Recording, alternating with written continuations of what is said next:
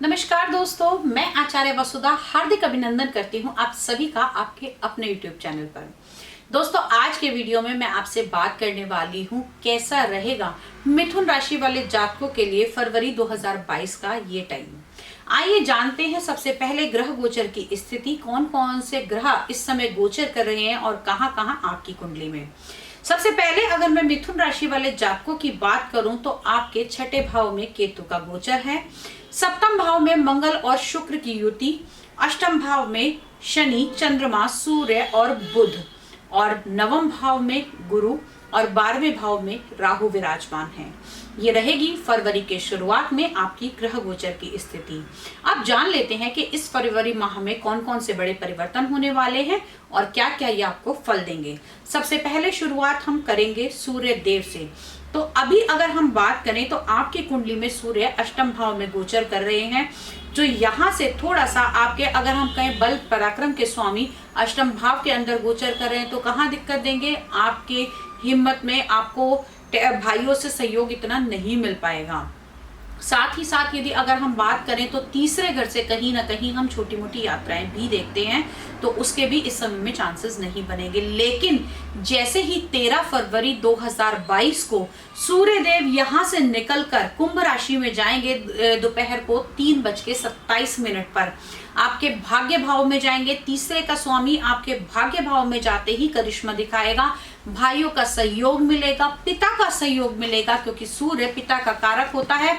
Boss से अगर नहीं बन रही थी तो वो भी इस समय में बन जाएगी। साथ ही साथ यहाँ पर गुरु के साथ युति होगी। गुरु इनके मित्र ग्रह माने जाते हैं, तो एक राजा और एक मंत्री दोनों मिलकर करामाती योग दिखाएंगे। भाग्य के भरोसे बहुत सारी चीजें मिलेंगी आपको, और यहीं से बैठकर जो सूर्य देव हैं ये दृष्टि देंगे आपके तीसरे घर को भी।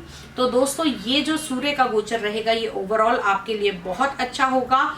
अगली जो बात करते हैं वो होगा राशि परिवर्तन शुक्र का। 27 फरवरी को सुबह 10:17 पर शुक्र धनु से मकर राशि के अंदर आएंगे। यहां से हम कहेंगे कि आपके पंचम का स्वामी आपके अष्टम भाव में गोचर करेगा, तो थोड़े से इस समय में प्रेम संबंधों में खटास आएगी। जीवन साथी या फिर अगर किसी कंपटीशन के एग्जाम की तैयारी कर रहे हैं तो वो संभल कर, अब बच्चों को स्पेशली बहुत ध्यान देना होगा अपनी पढ़ाई में।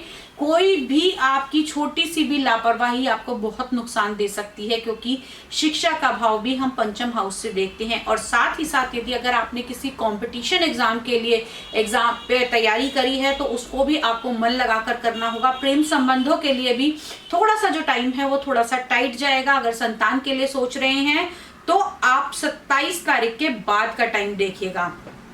ये जो सारा हमने आपको बताया, फरवरी 1 फरवरी से लेके 26 तारीख तक आप चीजें कर सकते हैं। 27 को जैसे ही अष्टम भाव में जाएंगे दिक्कतें शुरू कर सकते हैं, तो हेल्थ का आपको ध्यान रखने की आवश्यकता है।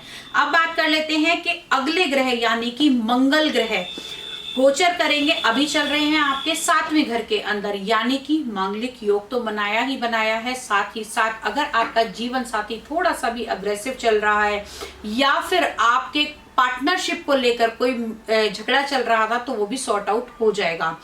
अब बात कर लेते हैं गुरु के यहाँ पर गोचर की। तो अभी गुरु आपके नवम भाव में विराजमान है और इनकी स्थिति अप्रैल तक यहीं रहने वाली है, तो गुरु आपको फुल सपोर्ट करेंगे।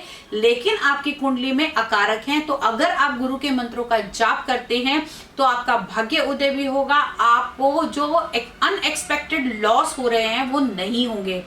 और बात कर लेते हैं 12वें भाव की। अगर हम बात करें तो राहु का गोचर आपके 12वें भाव के अंदर है, यानी कि विदेश भाव के अंदर है। यात्राएं तो कराएगा भी, आपको हवाई यात्राएं भी करा सकता है। साथ ही साथ यहाँ पर किसी एमएनसी के साथ भी आपको जोड़ सकता है। अगर हम बात करें कि जब ये राशि परिवर्तन चेंज होगा तो आपको बेस्ट टू बेस्ट इस टाइम पीरियड के अंदर क्या करना है, क्योंकि इस समय में आपको वाहन का, भूमि का ये सुख तो मिलेगा ही मिलेगा, लेकिन साथ में थोड़ा सा हेल्थ इश्यू बनेंगे। और क्योंकि आपके जो लगन का स्वामी है वो अष्टम भाव में है, और अष्टम भाव हम मृत्यु का भाव और आयु का भाव मानते हैं। तो यहाँ पर आपको बुध से जुड़े हुए इन्फेक्शंस होने की संभावनाएं बनती हैं। आपको स्किन की एलर्जी हो सकती है, इनहेलिंग प्रॉब्लम हो सकती है, क्योंकि यहाँ पर वायु कारक ग्रह शनिदेव भी आपके अष्टम भाव में ही विराजमान है। हालांकि इस समय शनि अस्त हैं, उनके फल देने की इतनी क्षमता नहीं है, इसके कारण बुध और भी यहाँ पर थोड़ा सा वीक पड़ जाएंगे। तो थोड़ा सा आप अपनी हेल्थ का इस समय में ध्यान दें। अगर आप ओम बुद्ध बुद्धाय नमः का जाप करते हैं, गाय को चारा खिलाते हैं, हरी वस्तुओं को मंदिर में दान करते हैं, तो आपको निश्चित ही जो इससे होने वाले हानिकारक इफेक्ट्स हैं वो नहीं होंगे और आपकी हेल्थ भी धीरे धीरे इम्प्रूव होगी। अगर हम बात करें आपकी सेविंग की, तो सेविंग भी बढ़ती हुई दिखाई देंगी, लेकिन हाँ, हो सकता है कि आपको अपनी लग्जरियस लाइफ के ऊपर थोड़ा सा खर्चा करना इस समय में पड़ सकता है। फरवरी का ये माह आपके लिए ओवरऑल ठीक रहेगा। बेसिकली आपको ध्यान रखना पड़ेगा अपनी हेल्थ का। जो लोग काम करते हैं इंटीरियर डेकोरेशन का या फिर कैलकुलेशन का काम करते हैं, कोई कंप्यूटेशन का काम करते हैं, मीडिया लाइन से जुड़े हुए हैं, तो उन लोगों के लिए ये टाइम पीरियड थोड़ा सा क्रूशल हो सकता है। आपको इस समय में और ज्यादा क्रिएटिव बनना पड़ेगा, चीजों को बहुत अधिक ध्यान रखना पड़ेगा, तभी जाके आपका फरवरी का महीना सुचारू रूप से चलेगा। ओम बुद्ध बुद्धाय नमः का जाप बिल्कुल करना ना छोड़ें, आपके लिए ये बहुत ही लाभकारी रहेगा। लकी कलर की अगर मैं बात करूं तो ग्रीन कलर आपके लिए लकी रहेगा और lucky number will be a number 3 for you. अगले वीडियो में कुछ विशेष लेकर आऊंगी, लेकिन उससे पहले यदि आप अपनी कुंडली का विश्लेषण करवाना चाहते हैं, वास्तुशास्त्र सीखना चाहते हैं, या फिर अपने घर का या फैक्ट्री का वास्तु करवाना चाहते हैं, तो हमारे स्क्रीन पर दिए हुए नंबर पे हमें कॉल कर सकते हैं और अपॉइंटमेंट फिक्स कर सकते हैं।